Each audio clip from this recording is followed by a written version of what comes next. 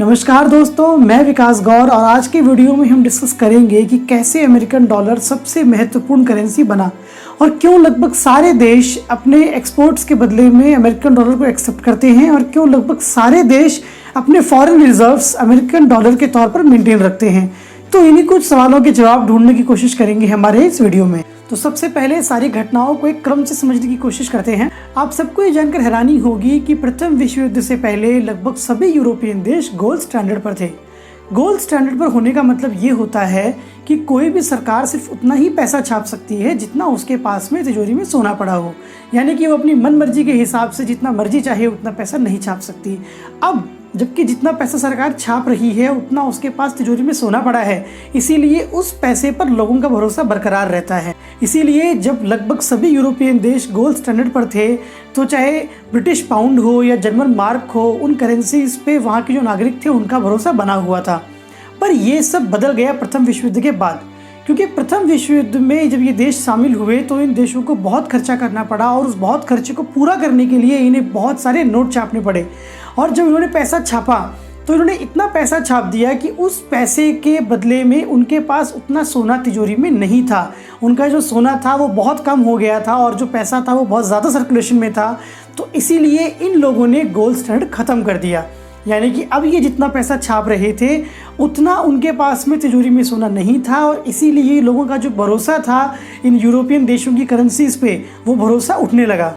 दूसरी तरफ हम देखें तो पाएंगे कि प्रथम विश्व युद्ध से पहले अमेरिका के पास सोने के भंडार बहुत कम थे, पर एक बात जो अच्छी रही कि पूरे विश्व युद्ध के दौरान अमेरिका अपने गोल्ड स्टैंडर्ड पर बना रहा और इसी वजह से लोगों का अमेरिकन डॉलर पर भरोसा बढ़ने लगा। एक और बात जो अमेरिका के फेवर में रही वो ये कि अब तक अमेरिका बहुत बड़ी औद्योगिक शक्ति बन चुका था और प्रथम विश्व युद्ध के दौरान उसने यूरोपियन देशों को भारी मात्रा में औजार और हथियारों की सप्लाई की। और यहाँ एक और महत्वपूर्ण बात यह है कि अंतर्राष्ट्रीय व्यापार में अभी भी लेन देन सोने के तौर पर ही होता था, यानी कि अगर कोई भी देश किसी दूसरे देश को कुछ निर्यात कर रहा है तो वो पेमेंट सोने के तौर पर ही एक्सेप्ट करता था। और जब यूरोपियन देशों ने भारी मात्रा में औजार और हथियार अमेरिका से खरीदे थे तो उनकी पेमेंट उन्हें सोने के तौर पर करनी पड़ी और इसी वजह से बहुत सारा सोना अमेरिका की तरफ ट्रांसफ़र होने लगा यूरोप से। और परिणाम ये रहा कि प्रथम विश्व युद्ध खत्म होते होते दुनिया में सबसे बड़ा भंडार सोने का अमेरिका के पास हो गया। और यही हाल रहा द्वितीय विश्व युद्ध के दौरान भी। द्वितीय विश्व युद्ध के दौरान भी अमेरिका ने यूरोपियन देशों को भारी मात्रा में औजार और हथियार सप्लाई किए और उसके बदले में उसे भारी मात्रा में सोना मिला। और जहां पर अब यूरोपियन देशों के पास सोना लगभग ख़त्म सा हो गया था, वहां अमेरिका के पास में भारी मात्रा में सोने का भंडार भरा पड़ा था।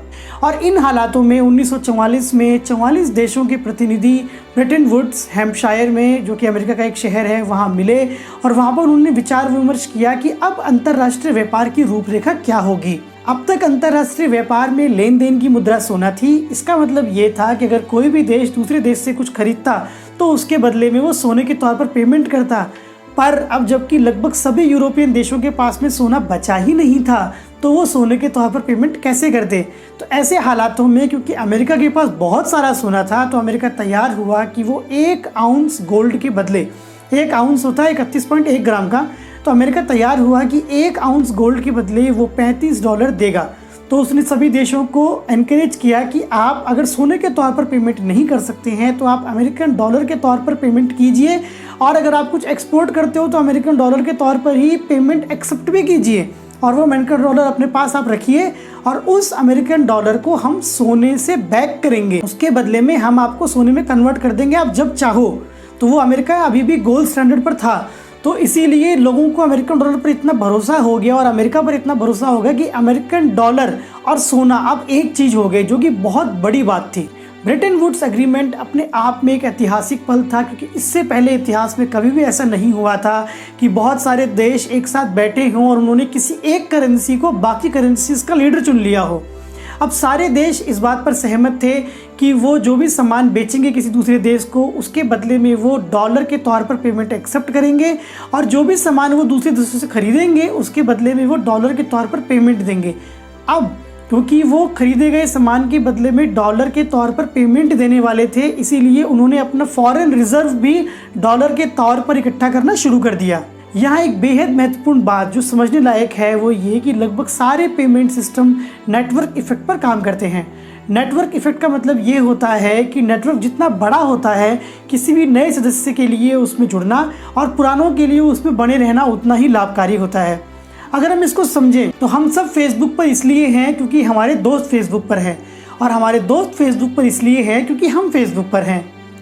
हम सब अमेज़न से सामान इसलिए खरीदते हैं क्योंकि बहुत सारे सप्लायर अमेज़न पर हैं, और बहुत सारे सप्लायर अमेज़न पर इसलिए हैं क्योंकि बहुत सारे कस्टमर अमेज़न पर हैं। हम सब ऊबर की कैब इसलिए बुक करते हैं क्योंकि बहुत सारे ड्राइवर्स ऊबर पर हैं, या बहुत सारी कैब्स ऊबर पर हैं, और बहुत सारे ड्राइवर्स ऊबर की गाड़ियाँ इसलिए चलाते हैं क्योंकि उनको पता है कि बहुत सारे कस्टमर्स ऊबर के थ्रू अपनी कैब बुक करते हैं। तो नेटवर्क इफेक्ट जितना बड़ा होता जाता है ना, उसकी वैल्यू उतनी ही बढ़ती जाती है। जैसे कि एक और एग्जांपल देखें कि अगर आपके पास टेलीफोन है तो वो टेलीफोन किसी काम का नहीं है जब तक आपके दोस्तों और रिश्तेदारों के पास भी टेलीफोन ना हो। और जैसे जैसे आपके दोस्तों और रिश्तेदारों के पास टेलीफोन आता जाएगा, वैसे वैसे आपके और रिश्तेदारों को टेलीफोन खरीदने के लिए जो इंसेंटिव है वो बढ़ता जाएगा। तो नेटवर्क इफेक्ट का मतलब ये होता है कि जैसे जैसे उसमें और मेंबर जुड़ते जाते हैं, उतना ही नेटवर्क और स्ट्रांग बनता जाता है। अब अगर हम ये समझने की कोशिश करें कि ये नेटवर्क इफेक्ट पेमेंट सिस्टम में कैसे काम करता है, तो मान लीजिए कि सऊदी अरेबिया अमेरिका से कुछ हथियार खरीदता है। तो अगर वो अमेरिका से हथियार खरीदेगा तो उनकी पेमेंट वो करेगा अमेरिकन डॉलर्स में।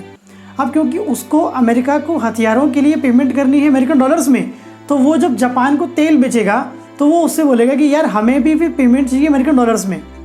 अब क्योंकि जापान को पेमेंट करनी है सऊदी अरेबिया को भी अमेरिकन डॉलर्स में, तो वो जब जर्मनी को अपने इलेक्ट्रॉनिक गैजेट्स बेचेगा तो वो जर्मनी से बोलेगा कि यार मुझे भी पेमेंट चाहिए अमेरिकन डॉलर्स में। अब क्योंकि जर्मनी को जापान को पेमेंट करनी है अमेरिकन डॉलर्स में, तो वो जब ब्रिटेन को अपनी कार्स बेचेगा तो वो ब्रिटेन से बोलेगा कि यार हमें भी पेमेंट चाहिए अमेरिकन डॉलर्स में। और इसी तरह से बाकी बहुत सारे देशों ने भी अपने एक्सपोर्ट्स के बदले में अमेरिकन डॉलर्स को एक्सेप्ट करना शुरू कर दिया। और अब जबकि सब देशों को पता था कि बाकी देश पेमेंट के तौर पर अमेरिकन डॉलर्स मांगेंगे, तो इसीलिए उन्होंने अपने फॉरेन रिजर्व्स भी अमेरिकन डॉलर्स के तौर पे मेंटेन करने शुरू कर दिए। और इसी तरह से जो अमेरिकन डॉलर था वो इंटरनेशनल मॉनेटरी सिस्टम का एक केंद्र बिंदु बन गया। पर ये तो बात हुई शुरुआत की, फिर कैसे अमेरिकन डॉलर ने अपने आप को अंतर्राष्ट्रीय मुद्रा के तौर पर इतने दशकों तक बनाए रखा? क्या बीच में कुछ परेशानियाँ आई? क्या बीच में कुछ देशों को लगा कि अब अपने एक्सपोर्ट्स के बदले में अमेरिकन डॉलर को एक्सेप्ट करना बंद कर देना चाहिए?